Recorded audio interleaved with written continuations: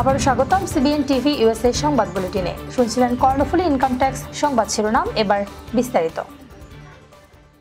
যুক্তরাষ্ট্রের ডেলাওয়্যার রাজ্যে পিঠা উৎসব আয়োজন করেছে প্রবাসী বাংলাদেশিদের সংগঠন Bangladesh association of Delaware valley. রোববার মর্টন বড় হলে এ উৎসব চলে দুপুর 1টা থেকে সন্ধ্যা 6টা পর্যন্ত। উৎসবে দেশীয় ঐতিহ্যের অনন্য সমারোহে দর্শকরা উপভোগ করেছেন নানা স্বাদের বাহারি পিঠা, দেশীয় খাবার, ঐতিহ্যবাহী শাড়ি এবং গয়নার সংগ্রহ। এবারের উৎসবে ছিল জনপ্রিয় বিক্রেতাদের সংগ্রহ, যা দর্শকদের মন ভরিয়েছে নিঃসন্দেহে। সঙ্গীত ও বিনোদনের মনোমুগ্ধকর পরিবেশে বাজে দেশীয় গান ও উৎসবের সুর।